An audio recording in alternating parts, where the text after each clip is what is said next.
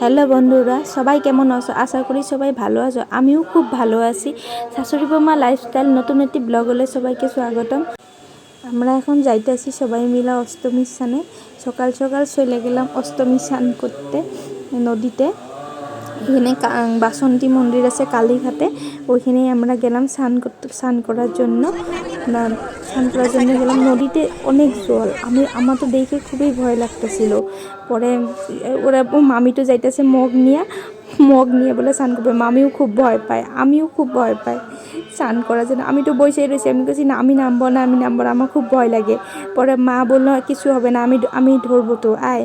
পরে মা হাত ধরে ধরে পরে গেলাম স্নান করতে। পরে ডুব দিছি, ডুব দিয়ে পুজো কি এবার আমরা স্নান করা হয়ে গেছে। এখন আমরা যাইতেছি মেলা বাড়ি। হ্যালো বন্ধুরা, বৌদির ছেলে উঠে পড়েছে, মানে পুচকা উঠে পড়েছে, সেই কারণে ভয়েসটা আমি দিতে হলো। এবার দেখো আমরা যাচ্ছি মন্দিরের দিকে, ঠাকুরকে সিঁদুর পরাতে। এই অষ্টমী স্নানে গেলে কালীঘাটে ঠাকুরকে সিঁদুর পরাতে হয়। ওই দেখো আমি আর বৌদি মিলে ঠাকুরকে সিঁদুর পরাচ্ছি। তারপরে সবাই মিলে একটু সিঁদুর খেলে নিলাম। এটাই নিয়ম যে সিঁদুর পরানোর পর সবাই মিলে একসাথে সিঁদুর খেলতে হয়। তারপরে এই যে সিঁদুর খেলে এরকম মা একটা দোকানে, যেহেতু একটু মেলা বসেছে, মা একটা দা নেবে ঠাকুরের, সেই কারণে একটা দা নিতে চলে এসছে।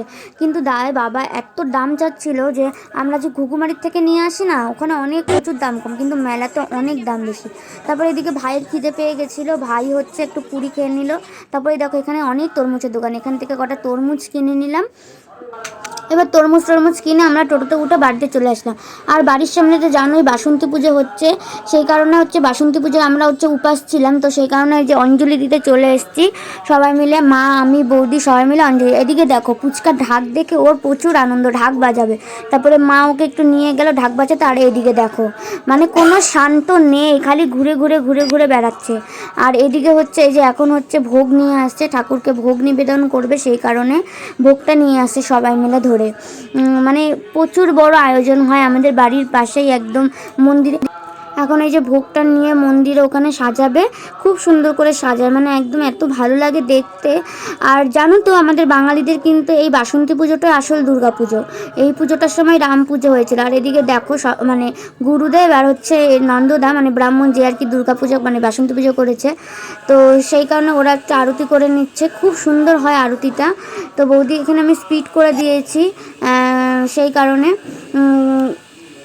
আর দেখো আমি এখন ভয়েস দিচ্ছি, মানে এখনও মন্ত্র পড়ছে ওখানে, সেই কারণে ভয়েসে তোমরা শুনতে পারবে যে মন্ত্র পড়ার আওয়াজটা। তো মানে পাশেই পুজো, তো সেই কারণে ভয়েস দিতেও মানে অসুবিধাও হয়, কিন্তু কী করবো, পূজা হচ্ছে তো ভয়েস তো দিতেই হবে। তো আমার ভয়েসেই তোমরা শুনতে পাবে যে এখনও মন্ত্র পড়ছে। তো আজকে নবমী পুজো। আমি যেহেতু কালকে এই মানে অষ্টমীর ভিডিওটা আমি তোমাদের সাথে শেয়ার করব, তো আজকে নবমী পুজো, সেই কারণে মন্দিরে এখনও মন্ত্র পড়ছে।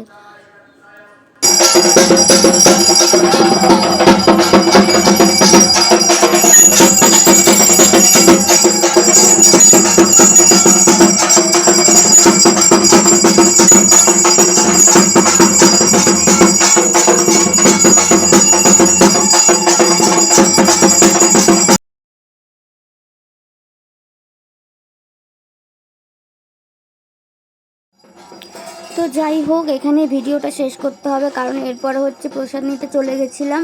আর প্রসাদের ওখানে ভিডিওটা করতে পারিনি। আর এই ভিডিওটাও কন্টিনিউ আর করতে পারিনি, মানে উপাস না, মানে এখন আর থাকতে পারি না।